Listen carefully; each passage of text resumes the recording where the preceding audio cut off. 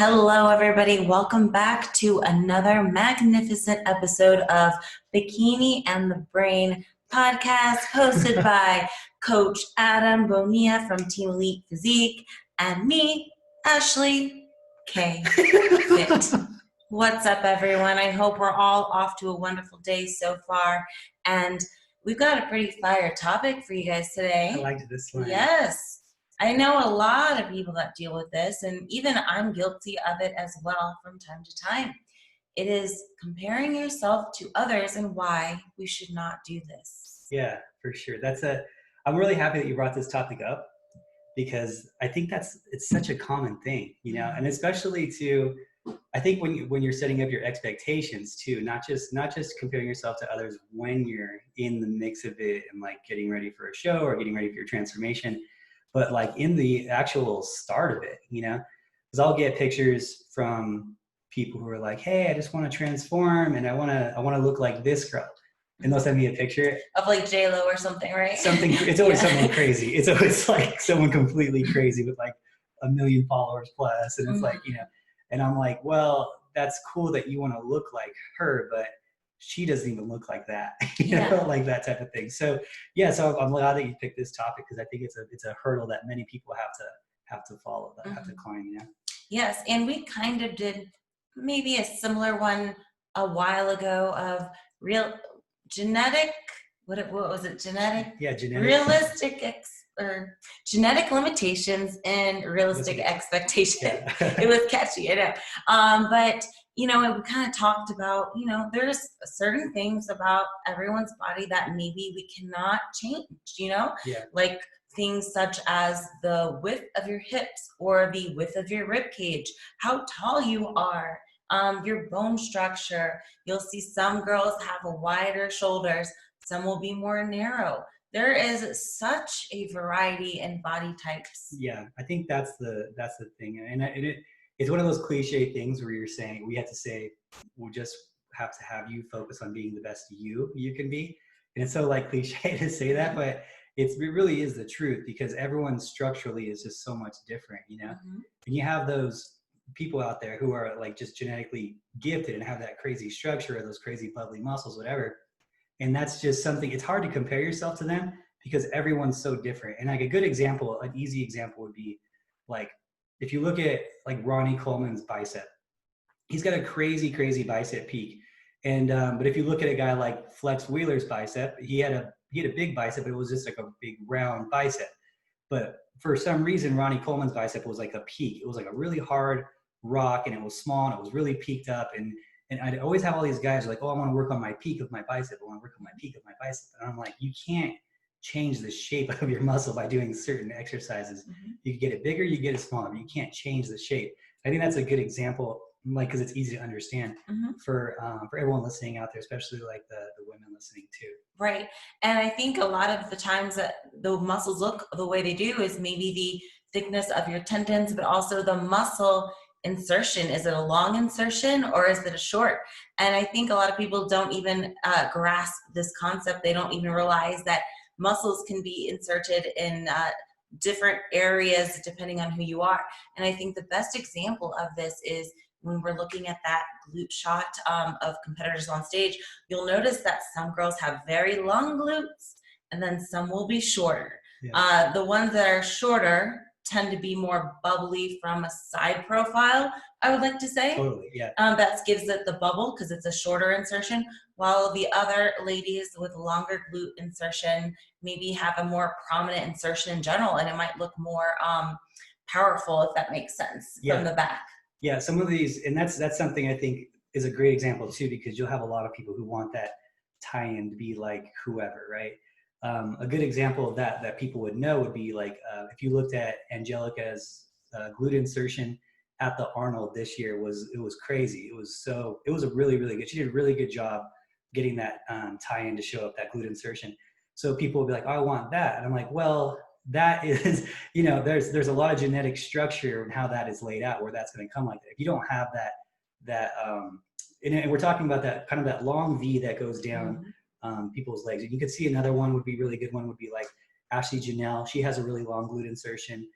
where it goes. Janet does too. Yeah, yeah, you know, and so you can see these long tie-ins, but some people, they just have that short, bubbly tie-in. So like Ashley has more of the shorter tie-in on her glute, and she has more of a poppy glute. So she has a lot more, like if you compared all of them, she'd have the biggest like profile, but she would have the least of the tie-in on that because of how long her glute is versus them, right? So some of these things are, you know, if Ashley's like, I want that long tie-in now, well, we can't stretch out my yeah, tie-in. yeah, exactly. Yeah. So it's like, that's just another example too. So you really have to like be the best you can be. And what I always tell people is you got to pull back the curtain. You got to be lean enough to see what it is you need to work on. And after you get to that lean, to that show lean, then you can be like, okay, this is what I look like. Maybe now I can compare myself a little bit to someone else that's very similar to me. But you don't want to compare yourself to a Justine Monroe or a Frida Paulson who have crazy glute tie-ins. When you're just, that's just not how you're built, you know? Like there's a very few people who have that type of look. So it's just something that I think that a realistic expectations scenario, like we talked about again, is another scenario. But more so like on the mental side, I think it's more important for people to kind of go into this comparison, like that daily mental like kind of struggle that we all kind of go through of like, we're in shape, we're not in shape, and that type of thing. We all fight it, you know, we all fight that. Absolutely. You know, like some days I wake up and I'll pinch my side and be like, oh, feeling really soft today, right? But then I'll like look on Instagram at someone and you could be like, oh man, this guy's jacked like 24/7. I know how to do that. I should be like that. But then you see that person in real life and he looks nothing like his pictures, right? Yeah. See, so that's the great thing about social media. It can be very motivating, but at the same time, it can be a little bit toxic if you find yourself constantly comparing yourself to others. Because here's the thing, just like you mentioned, that person, when you met them in real life, didn't really live up to what their photo showed. And there are so many reasons why. One, who knows when that photo was taken? That photo could have been taken a year ago when they were prepping for a show. Just because they didn't put throwback on it doesn't mean it's not a throwback. I mean, I don't put throwback on all my photos that are taken from 6 months ago. I think it's a little bit redundant. You know what I mean? Also, lighting has a big deal with it. You know, if it's a professional photo shoot and they're purposely lighting the abs up, that's going to make a big difference. Muscles are going to pop through that you didn't even think were there. Filters, my gosh, guys really like to use the sharpen filter, I think, or grain, grain and sharpen, to make that like definition. Get that going on. And I'm the same way too. Just so you guys know, I don't care. I have no corals or no embarrassment to say it. I'll post cool pictures all the time. I got a ton of them. I'll repost them. And there's no rules to Instagram that you can't. It has to be today. You know, so it's like, so people when they're in shape, this is really common thing. Just so you guys are aware too. This is a really common thing in the social media world. So when you get these big guys who are big girls, whatever. That are huge in social media, they might be in shape for, let's say, a show, or they just get in shape for a photo shoot, and they really go all out for like a month. Those people take pictures like nonstop, literally nonstop, and they'll post their pictures throughout the entire year in different outfits and different lighting, and that's what they do. That's their brand. So, but they know they're only going to be in that type of shape maybe for a month of the year, 2 months of the year. Those pictures are all year long. So absolutely, because we're not taking a new picture every day. We're not having a professional photo shoot every day, right? So you got to create a little library, a little stock, and just spread them out. Exactly, and that's a totally normal thing. So when you see you know, people like that all the time that are always in crazy good shape, and you're like, well, she does it or he does it, they're always in crazy good shape. Well, the reality is, you know, some people are. That's the truth. Some people do a really good job at staying in shape all the time, but some people are just posting old pictures, and I think that a lot of us need to know that someone's not always that shredded like all the time, you know. And it's when it's extreme is when I'm like, okay, guys, like that guy's not living like that. Like I saw him at the Olympia; he was a little softer than that. So exactly. So you know, that's definitely a great point to make. You know, we're just all kind of collecting photos and just spreading them out as we go, because you know, I'm not having a professional photo shoot every day, that's for sure. I mean, I like to do them frequently, maybe a few times a month, but not every day. But another thing to take in consideration is not only might those photos be from the past, but also, you know, perfect angles, You know, some people are even guilty of some photoshopping as well. Got to be on the lookout for those curved walls and curved doorways. But there's so many different factors and so many ways you can manipulate a photo to make it seem like your butt is bigger, your waist is smaller, you're more shredded. So that is something to always keep in mind. So if you're one of those competitors out there that you know, takes a look at a photo from one of your favorite Instagram models and their waist is so tiny and their butt is so big, just keep in mind that it could be a variety of different reasons it looks like this. I mean, maybe that person really does look like that in real life, but keep in mind, usually, especially people who are social media savvy, usually post their best looks. Yeah. Like, you're more likely to post a photo where you look your best, you're on point, your waist is nice and small that day, your stomach is flat, you're not bloated, than just here's a poop photo where I look like crap. I mean, who wants to post a photo where they look like crap? Yeah. So they're always showing their best physique, usually. I mean, I do admire the people though that like post, you know, like, hey guys, this is my real life. I'm bloated today. This is what it looks like. I admire that, and I should do more of that, to be honest, because it does show like, you know, I have bad days too. I really do. Some days I don't feel like I look my best. Some days I'm kind of bloated. My stomach isn't flat.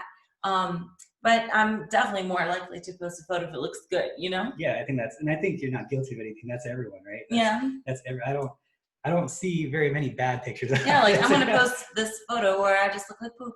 Yeah, not many people do. It is kind of crazy when you see people actually do that, though. Like, especially people that are like, I think that's pretty admirable actually to do that.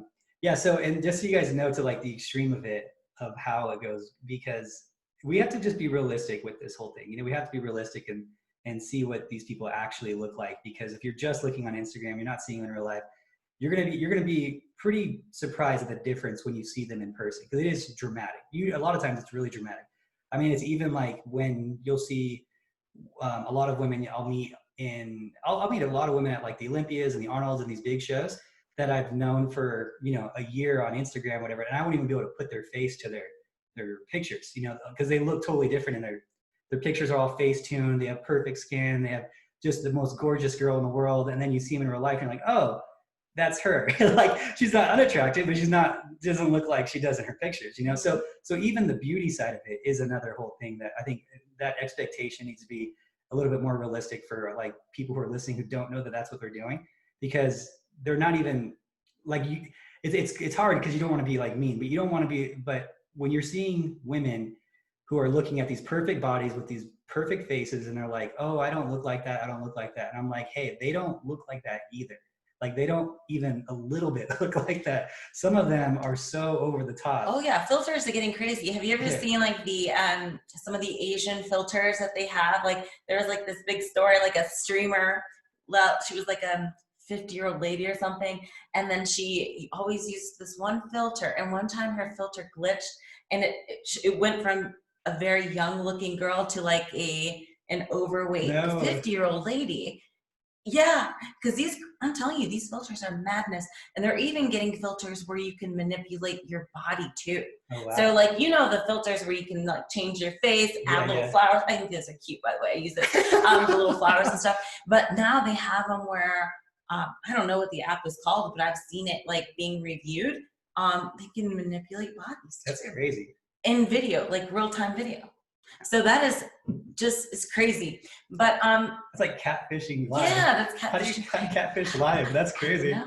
But it's just something to keep in mind. And technology is always like advancing. So it's like, who knows what it's gonna become in a few years. We're all gonna be just walking avatars in a fake world one day. You hear that thing that Elon Musk thinks that there's like a 10% chance that this is actually real life and that we're all living in a program at this point? So what do you mean by that? Yeah, do you mean like crazy. This is all just like a test and we're just like it's crazy. So I'm gonna give you like a gross explanation of it because I'm not as educated on it, but this is the layman's interpretation. But Elon Musk was talking about it. If you want to watch it, watch this. Elon Musk like thinks he's living in a basically in a sim, like in a sim world at this point. So it's like right now, like puppets. Right now, we're not like in some chair at our house somewhere. and we're playing a game essentially, where this is our like life we've created through a game. Like it's crazy. It's a great, but it's if you go based on like he calls it, so it's called probability theory. And I don't know how we got into this, but it's called probability theory. And he's basically saying there's like three options. And basically when mankind reaches technology to the point where they can't advance it any further, right? They decide that the world is less good if they were to just create their own world and live in their own world. And based on probability theory, there's less than a 10% chance that this is even our world we're living in, like that it's real. He said the odds are more in favor of that we would just choose to live in the sim as a mass, and that we're all living in this sim and we're unaware of. It's crazy. That's a little bit over my head. It's like, way over my head. It's like a rabbit hole that like just keeps going and going. So are we just like, are the real us is like in a virtual reality sitting in a chair? Yeah. No. I know it's crazy to think about. He says that. Then how can we feel pain and stuff? I don't know. Who knows what technology would advance to, right? So it's a crazy. I was wondering though, like, what if like I'm the only real person and if this is just like a dream? You know what I mean? What if like? I was going to send you that video because if you guys want a crazy like a video that trips you out, that would, because Elon Musk is a genius. You know, this guy is incredibly smart. So him and his brother, they have this talk, and all they do is they talk about if they're not in real life anymore. And so they had to make rules where if they're in a jacuzzi, they can't talk about this world anymore. So they because all they do is talk about it, because they're just those kind of guys. They're just like geniuses and kind of geeky, you know. And so I was watching it, and it's like it makes you think so much, and it's pretty cool. How do we get to this through filters, right? Through filters. Back to fitness. Back to fitness. I think that was a good one. That was a good like that's like it's a little out of my realm of comprehension, but me too. All right. It was for me too. Well, that's saying a lot. You're super smart. I was like, it made sense, but yeah, it's crazy. So anyway, that being the case, maybe we're all not even lifting weights. I don't know, man. My hamstrings are kind of sore today. I beg to differ. I can feel it. It's a program. You know, I find that like people, especially when they get close to show, they are way more tempted to compare themselves, especially to the competition. Huge. And I think Anya likes doing that. I hate doing that. Yeah. I'm sorry if I don't like, if I compete against you in the Olympia and if I'm not liking your stuff, I'm just like scrolling through. I don't like to see where people are at and knowing where I'm at, if that makes sense. So like it kind of plays with your mind a little bit, right? If you're, let's say you're a month out from a show and you know you're competing with this person and you see that person, you're like, oh my God, they already look ready. They look like they could step on stage tomorrow. And then you know, like you're realizing, oh wait, I still got some time to go. I still got to get leaner. Yeah. Like that plays with my head. I don't like to see where I'm at my stage compared to somebody else. So I don't know how you do it when you competed, if you were like that. I'm just like, I think Anya does like it though, doesn't she? Yeah, she does. I hate that. I'm like, oh no, I don't want to see where anybody's progress is at. Sorry. Yeah, I'm the same way too. When it comes to like people going against you and stuff, I used to do it a lot differently, and it would all it did would stress me out. Yeah. And so, like, if you're a pro bikini competitor, and if you're at the upper rank, I definitely know who you are, and I pay attention and stuff too. Like, I have a lot of friends that are pro bikini competitors too. But if we don't communicate much through Instagram or whatever, and you're competing against someone, I try not to even pay attention, like on purpose, because you can it's a rabbit hole. You just keep going and going and going down. And then I'm like, oh, does she look better than her? Does she look better than her? I'm trying to figure out who's in the competition. And it just becomes like such a waste of time, because no matter what, it comes down to the judge's opinion anyway. So exactly. Like, bring your best, and that's all that matters. And even like, let's say filters and lighting and best angles aside, let's say that person does look better than you 1 month out. That doesn't mean that on stage day, that's going to be the case. Yeah. If you can, rise to the occasion and you are on the right track, and that it doesn't mean anything. And also, if somebody looks better in a photo, that doesn't mean they'll look better in person. Yeah. And I think we've noticed a few times, like backstage, some people's walking around backstage body isn't as good as their when they hit the pose body. You know what I mean? Getting in that particular pose when they're flexed versus when they're just walking around backstage, not really paying attention. Yeah. So that's also a crazy thing to take into consideration as well. It's like, all these different factors, but at the end of the day, it only matters when you're on stage and, the judges give that opinion. Yeah, that's actually a pretty dramatic one too, I think too. And I think that's another good example for the people who are like following people, you're only going to see like pro bikini competitors at their best shape when they're hitting their pose. You're not going to see them like walking around backstage. And some of them don't look, in not in an insulting way, but some of them don't look ultra impressive until they hit that pose. When they hit that pose, you're like, whoa, where did that come from? You know? So, and that's not an insult. That's just how it is sometimes. You know, if you look at, actually, there's a pro that used to work out at Armbrust. It was Dylan's client, Cindy, and she's an amazing. She got second at the Olympia like 2 times. And you see her, and she walks around, and you're like, oh damn, that girl's fit. Like you just think, oh, she's fit, she's fit. And then all of a sudden, like when she hits her pose, her lats just like come out like like a pterodactyl. It's crazy. Which is good though, because I think a lot of people see these, competitors, and even bikini competitors, be like, oh my God, they're so huge. Yeah. Oh my, how much can you bench press? You can bench press more than me. Like these guys say it, because they don't realize that like in real life and in person. And I'm like, if I'm just wearing like this jacket and pants, and a kind of normal fit girl, right? Yeah. But when I get, in my little pose and do my thing, it's like, okay, that's more than just the average fit person. So, it's kind of interesting to find out, like when I'm like at an expo or whatever, and I'm meeting people for the first time, they're like, wow, you're so much smaller in person than I thought. People always think that everyone's so much more jacked. Yeah, more jacked and taller too. Yeah. I'm 5'5" People have thought I was like 5'10" or something. I don't know, but I'm 5'5", and I'm rather small. I would say rather petite in comparison to what they think I am. They think I'm like so jacked. Yeah, it's funny. People don't get it until they like run into you girls too. It's so funny. But like when I'll talk about you and Janet and Issa, and I'll be like, they're little people. They're not like how you think they are, And then, but you'll get all these bikini girls that come into like posing class, and they look like their figure. And I'm like, why are you so jacked? Like, why are you so well, I'm just trying to get to that top level. I'm like, you're past that. Like they're not, those girls don't look like how you think they look, And a good example of that was when Phoebe met you. She was at my house. And I was like, Phoebe flew in, and I was like, you're pretty jacked. Like, we're gonna have to watch your shoulder. She's like, I think I still need more size or whatever. And I was like, I don't think you've seen these girls. And then like she was coming, she flew in when you were leaving one day. And then she came in and she's like, I'm pretty big compared to her. I was like, I told you, you're pretty jacked. And so it was pretty funny, like realization. But when you go to the expos and stuff, you hear that a lot. Like people are always like, she's not as big as I thought. I'm like, no, it's not how big they are. It's how they're put together. Yeah. That's what matters, is how they're put together, especially in the bikini division. And I really like the bikini division because it gives everyone the same advantage, I think. Bodybuilding divisions is a very genetic. It's very genetic.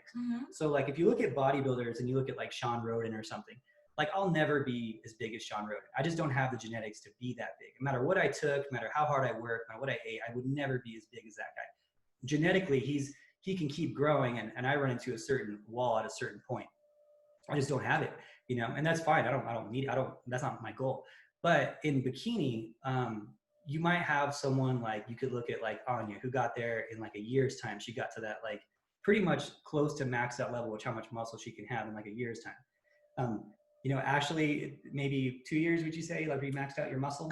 Who the heck knows? I've been working out since I was like a toddler. So who like, the heck knows? So that's the thing with bikini. Like there's an area where you can go to where you max out the muscle, where you can't have any more. Yeah. And whether you do that in 1 year, like Anya, or if it takes you, 7 years, 6 years to max it out, there's still that point where everyone can catch up to each other.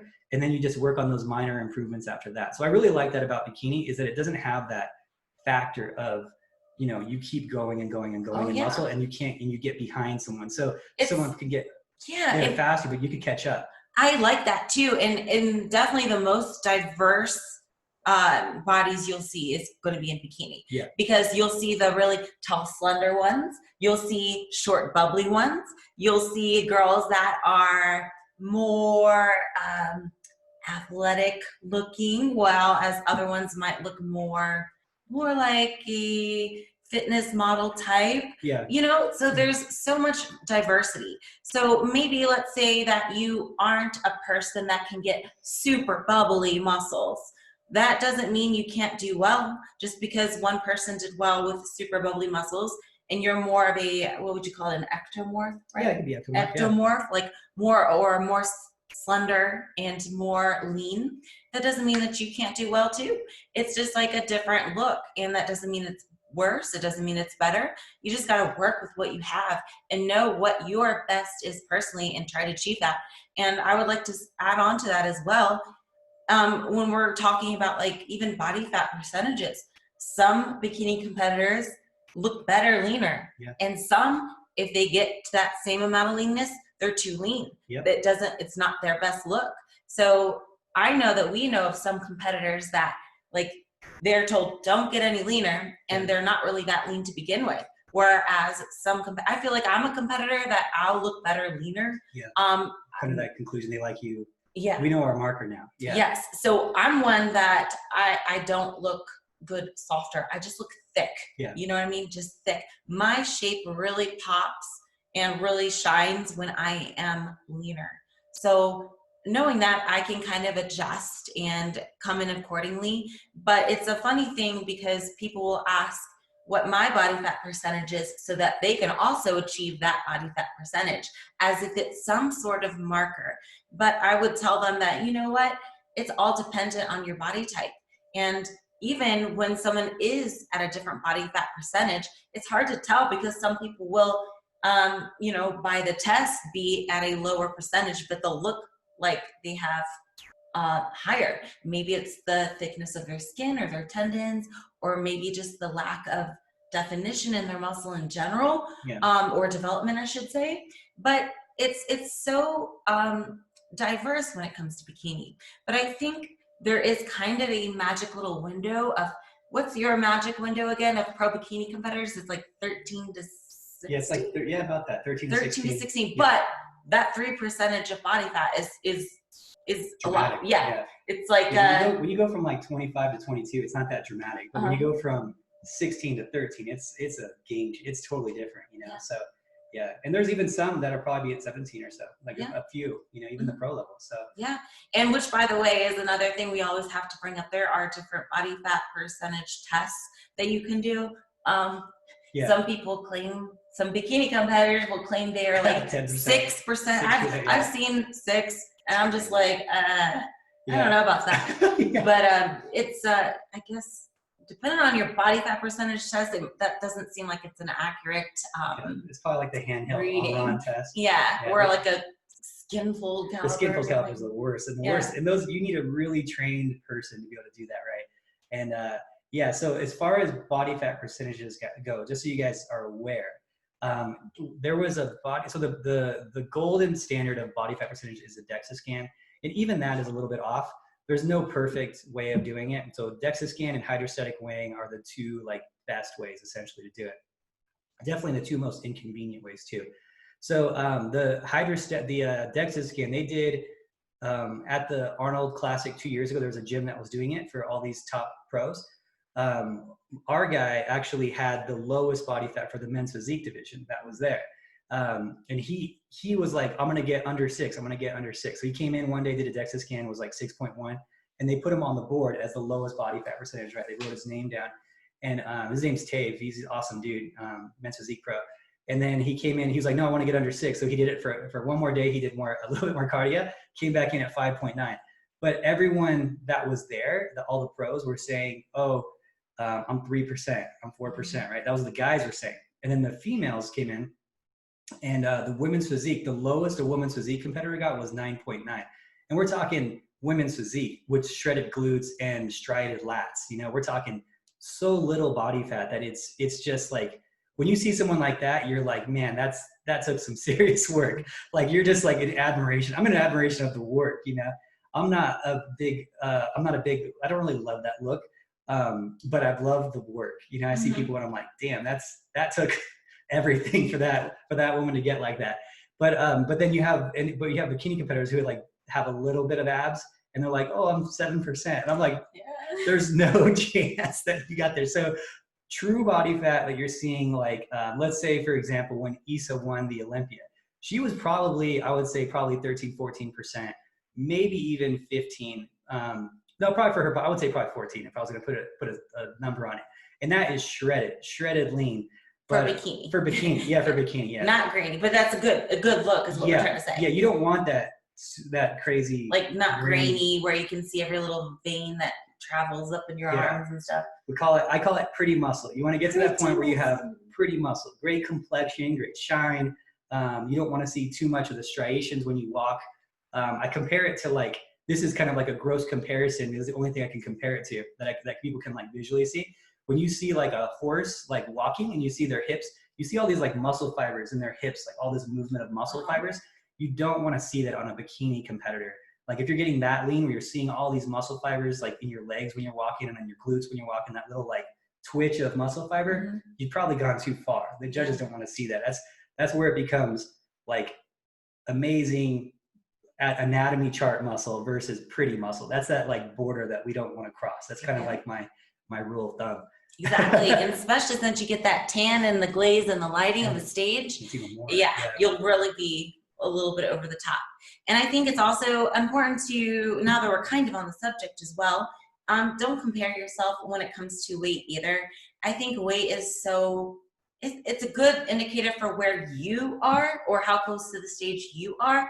But to say like, oh, a lot of girls ask what my weight is. Honestly, I don't weigh myself a lot. I think on stage I'm probably about 120. I'm 5'5". I'm probably about 120, 121, sometimes 119, somewhere around there. And that's not, just because that's how I look at 120 doesn't mean that's how somebody else that's 5'5" is going to look at 120. And if you don't mind me saying, do you think Frida would mind if I mentioned, because I was very shocked yesterday that Frida's stage weight is like 128 or so. 128. She's a little bit taller than me, maybe, right? I think she's about your height, actually. Okay. I think she's like 5'6". So let's assume she's my height. Okay. So for her to be 8 pounds heavier than me, but she's still like on stage and I see her, she looks incredible. Her glutes are popping. She is so like on top of it. She's ready. And her glutes, man, she has awesome glutes. Tie-ins. Her tie-ins are just popping. Tie-ins are crazy if she's like 150 or 128. It's crazy. Yes, but what I'm trying to say is like, you can't say that because my stage ready weight is 120. That's not what yours is going to be. Even if you are the same height as me. So a lot of weight is on factors that maybe we can't control, like the bones or the what else could it be? Perhaps some. You know what's weird is like I don't even know the reason for it, but there is a guy I used to prep named Ernest Flowers, and he's a men's physique pro, and he's a good dude, but he like, I don't understand what his, like he had like bird bones or something. He was so light. It was so weird, but he's so jacked. Like he won 3 pro shows, I want to say. And he's so jacked, and you look at him, you're like, okay, there's no way you're not like 195 on stage. And he's like 5'9". He's like my height. And but he'd weigh like 164 to 166 on stage. And if you see him, you're like, it's impossible for this guy to weigh that weight. He looks like he's 200 pounds. Like it's crazy. So I don't know the reason for it, but some people just weigh less. You know, if you look at like Breon is a good example of it too. He's so dense for how much he weighs. Like he's so dense and jacked and bubbly. It just doesn't make sense. Sometimes it doesn't make sense. And then you'll have guys that have less muscle than like a Breon or like an Ernest, and they weigh, 10 pounds more. It's just the weirdest thing. I don't know the full reason for it. I want to call it bird bones. Like I always thought, like, when you got bird bones, dude, this is crazy, your weight. So I don't know the reasoning for it. I don't know if it's just the bone thickness and the density. I don't know if you just naturally hold more water. I don't know the reasoning for it. But some people just can look exactly the same and weigh 10 pounds more. And it's weird. It is. So just never like see somebody's weight or their stats and just think like, oh man, Ashley's 120 and I'm her height. I still got so much more to go. When in reality, even if you weighed 120, maybe that isn't your best look anyway. So it's all so different from everyone. And it's so important to keep that in mind. So that's why I always say, just don't even compare. It's not even worth it. Just know what your best look is, or try to attain your best look, and don't worry about other people. And I think that when we're talking about obtaining your best look too, is that you have to, this is what I always tell everyone, until you win the Olympia, or you're like, until you win the Olympia, you should be taking risks with your physique and how you present it. So if you're, not winning, or even if you're winning, but you're not challenging, you're not the higher level yet, you should still be taking risks. Okay, let me try going in a little softer and let me get that data back from the judges. Okay, let me try going in super hard and let me get that data going back in from the judges. And after you do both of those like kind of extremes on both ends, the judges are going to tell you, if it's a good judge, you get in front of someone like Sandy or Tyler or someone like that, someone who's like really at that upper level. And then they're going to kind of tell you, okay, no, you needed to be hard, or you need to be softer if you came in too lean. You're like, okay, so now I'm somewhere in the middle. And then you're like, oh, when you went to the softer look, they're like, oh, you need to be a little bit harder. And so you kind of fine tune it as you go show by show. And I think that it's important that, because you're going to find what's best for you. You really got to find what's best for you. And until you try these things, then you don't know. And it could end in failure. But then you just do another show a couple weeks later, then you try it the other way, So yeah, we tried some different looks. We went for muscular, we went for softer, we went for lean. Yes. And then, I think we found basically what we're looking for is more of that lean type look. The little high, muscular. The mile high, and then the Arnold is where we got the best feedback from Yes, everyone. in 2019, yes. Mm-hmm. And I wasn't like overly muscular. I wasn't overly lean. Yeah. So that was my, I guess, best look. So now that we know that, that's kind of what we try to aim for each show, and just like make little tweaks here and there, because even though that was my best look, doesn't mean that I can't improve that look. Now it's definitely can. That look with perfect balance. That's the only thing left now. Yeah. Mm-hmm. So you just you got to take those chances. And, I'm just big on that. I'm like, until you're winning it, you just take the chance. And when you win it, just stay there. Yeah. Think of like how many girls that are doing the best at the Olympia now, and even looking at them for the past few years, because you follow this so diligently, even they all kind of tried different looks. Yeah, totally. Different, like you'd see one girl that went in softer for this show, and then you saw like the next show she was leaner, and then she won, and that's kind of the look she kept up with. But it's like trial and error. You won't know till you try, and you won't know till like you're literally on stage, because when you're here posing in the gym with no tan or lights or anything, it's a different look from when you're on stage, which is another reason why I think we look so big on stage, is because of that tan, the glaze, and the lights. That's not a realistic situation. That's not how we look like outside in everyday life. But in that circumstance, the perfect conditions for, definition and muscles. Yeah. So I think we should come up with a synopsis, right, of this whole thing, and be like, okay, so what did we kind of discover today, like the key points?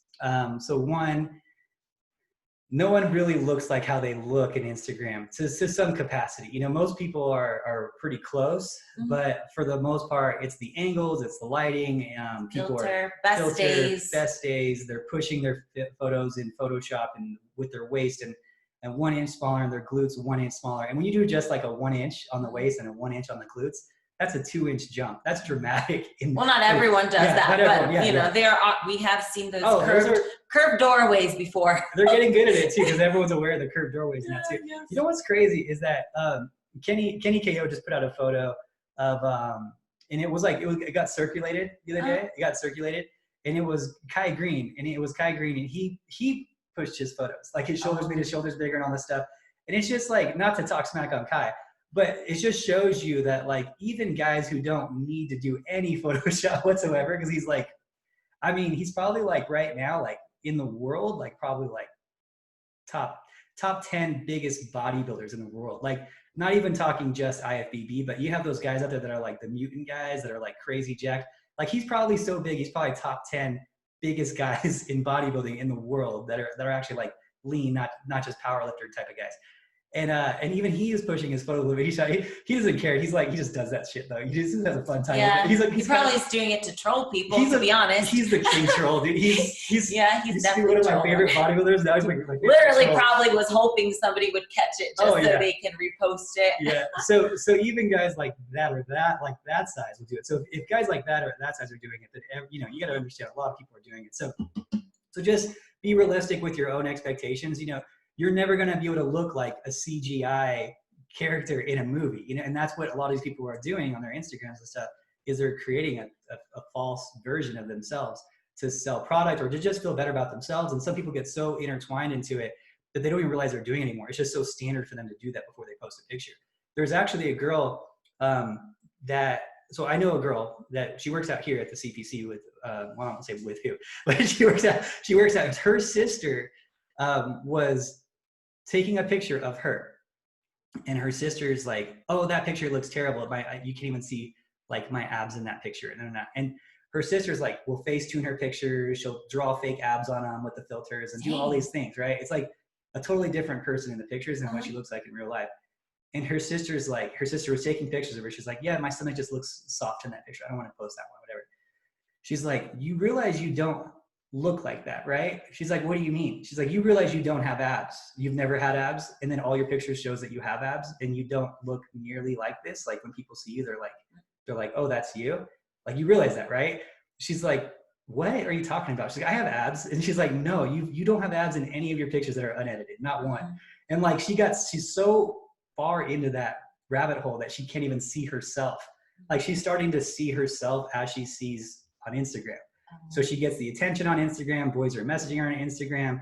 She's filtering it so hard that that's her reality now. She's created that as like her reality versus her real reality. So like, it can get pretty messy, you know, and I can guarantee you the reason that she started this is because she was trying to compete with other girls who looked like that, or maybe they're doing the same things. And that was the easiest way to do it. So you get pretty far into that, and it's a mess, I think, when it goes too far. So just a story for you guys to know, like, hey, how far it can actually go. That's a true story. So compare yourself to people you actually see, or don't compare yourself at all. Yeah, I think it's good to draw ideas Yeah. from people you see or get some inspiration, but don't try to emulate somebody's body exactly, because it's going to be impossible, because no body is the same. Yep, exactly. So and then just understand your genetic components and how you're put together is going to be different. Understand that you'll never really know how to work on your body and what you see until you are that lean, at least that one time where you can work on those insertions, and like you could see your insertions, you could see where you're actually lagging in areas. When you get to that, we call pull back the curtain, and then you can really work on, okay, now I need to get my shoulders bigger. Now I need to get my glutes bigger, whatever. So, you won't know until you get there, which is a really cool like goal for you to get there the first time. And then what else we got in that episode? I guess I would also suggest as well, like, if you're getting close to a show, again, don't try to compare where your progress is at currently to somebody else's, because if they are looking leaner than you, they're looking ready to step on stage tomorrow, and you still got a ways to go. That can be really, that can really mess with your head. That's what I definitely don't want to see. Like, I'm just like, oh, I don't want to see if somebody's like about to step on stage and I still got 6 weeks to go. I had a pro bikini competitor that I used to work with. She listens to this, so I'm not going to say her name. You know who she is. I don't. No, she's my ex-girlfriend. Okay. You know who she is.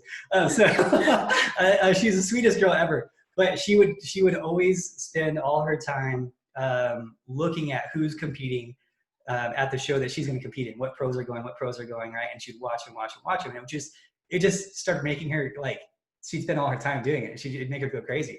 And she'd compare herself and whatnot. So what she ended up doing was she had her friend change her Instagram password so she couldn't get into her Instagram for the last like month before show, because she was like concentrating so much on everyone else. And she's like, I just need to be the best me. So that worked really well for her, because it was causing her so much stress, you know? That's really kind of smart. I wouldn't suggest it necessarily, because especially if you have to post for sponsors and stuff, I have to post for my sponsors. But when I am close to show, I'll kind of just not look at anything when I'm scrolling. I'll just, sometimes I won't even look at my feed. I'm just like, I'm just going to concentrate on myself, because you know what? That's the only thing I can do, and the only thing I should do, and the only thing that's going to keep me from not trying to, without realizing it, comparing myself and where my progress is at compared to somebody else's that's about to compete at the same show as me. So, Yeah, I think in some capacity we're all guilty of it, right? Mm-hmm. Yeah, so it's even with like coaches, like which is funny because I think coaches like follow coaches, and like we compete with coaches with type of thing. And so of course I follow the guys, and like the top guys, and I'm always like, what are they doing right now? Who were they prepping? Did they win a pro show or whatever? You know, that type of thing. So I guess we were all kind of a little guilty of it to some capacity.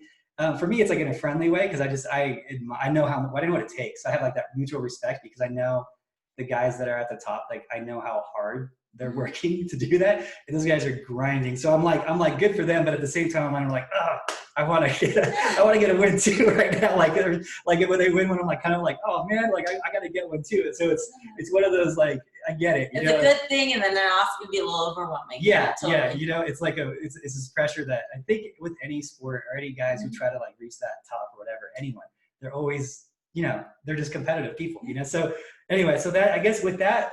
That's what we got for you today, guys. Awesome. And I hope you guys enjoyed today's episode. And as always, we're constantly looking for topics. Yeah. Please send us some good topics that can be used for a wide variety of people, not just that one person that has a injury on their left pinky finger and is looking for an alternative exercise to do instead of push-ups or something, because that's going to only apply to one person. We're looking for good topics that you find is a commonly discussed issue or something many people would want to know more about. Yeah, and if you do have that one specific question, I opened up a text thing where you can text me that special question now. The pinkies. The pinky question, you can ask it. Go right ahead. Today I've already answered. You're going to get like 5 pinky questions. 5 pinky questions, yeah. I've already answered 5 today already questions that came in just through my text service. So the number for that is 303-536-3766. And what that is like a text communication thing. And I'll send out tips and tricks on that too. Stuff that's not on my other content. So yeah, but feel free to ask away and I'll get to them as I can. And again, thanks so much for listening, guys. With that, we will leave you and talk to you later. Have a great day.